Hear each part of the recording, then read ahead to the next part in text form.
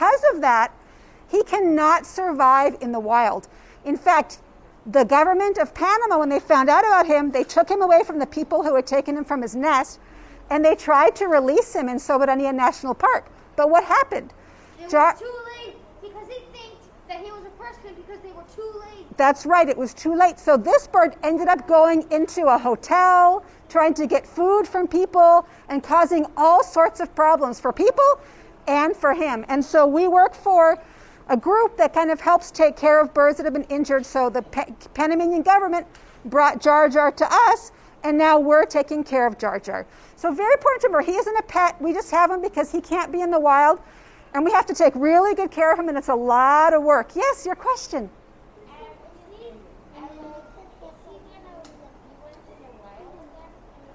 Will he be in the wild again? He will never be able to be in the wild again, unfortunately. So we work with him to fly him so he gets exercise.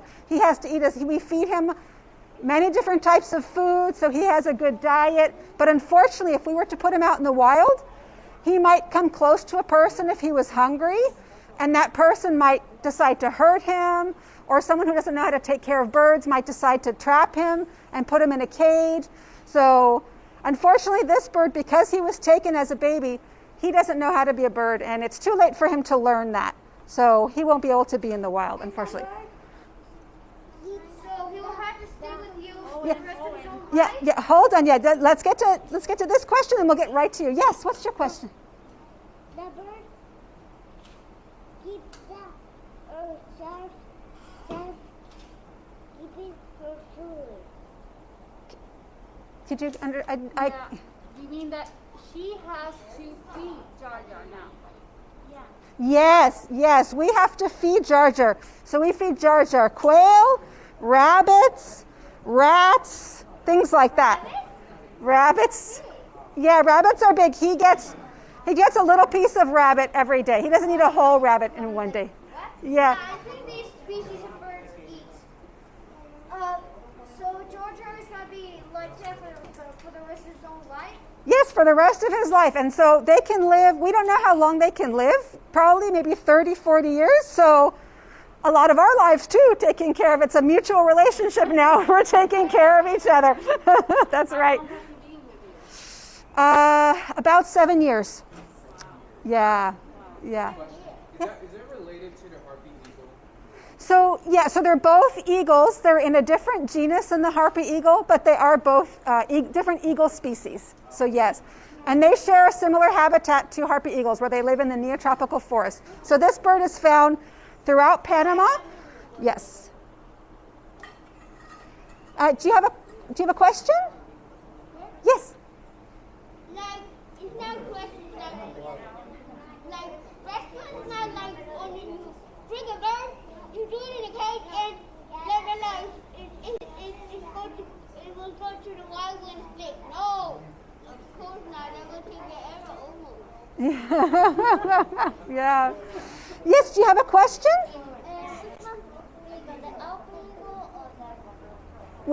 I'm sorry, can you repeat which one's bigger? Which is the largest eagle? Okay, excellent question. So which is the largest eagle? So in Panama, and actually there's some debate, but the harpy eagle is the largest eagle. In fact, I have a harpy eagle on my shirt. So the harpy eagle Is the largest species is bird the in the entire country? It's the largest eagle, yes, the largest bird in this country. So Jar Jar, do you guys think Jar Jar is a boy or a girl? What? Some say girl, some say boy. Why? Okay. Why do we think it's a male or a boy? Why? Why girls are the like that have like a horrible like the harbor colors and the guy so beautiful. Oh. Okay. So that's a very good comment that you made, because you said lots of times the boy birds are really super bright and colorful and the females are more dull, right? In birds of prey, most of the time, the males and the females look the same. It's different. The kestrels, that's one exception, but the male and female of this bird look exactly the same. But the girls, the females, are larger than the males. So this is a male. He looks exactly like the female, except the female is larger. Yes? Okay, we have right now, we have 4 birds total. 2 black hawk eagles, so 1 male, 1 female, 1 kestrel, and 1 horned hawk eagle. Just 2 today, just 2 today.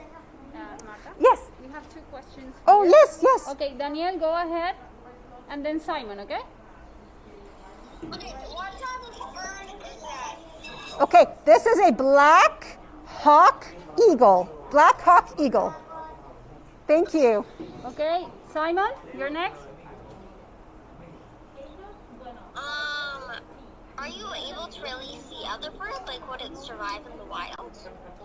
The kestrel, we're still debating about that because he was sick when he was so little and he spent a lot of time getting cured around people.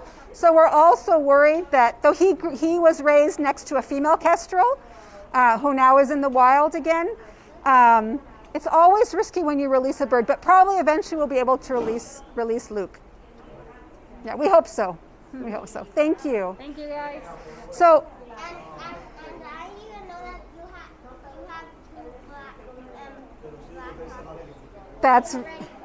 that's right, because you live next door practically. That's right. So I want to talk to you guys really quickly. Can you see the feathers on top of this bird's head that he has raised? Can you see that? Does anyone know what those are? Yes, they're feathers. And they're special feathers. So if you see how he's kind of like, his face looks really round, right?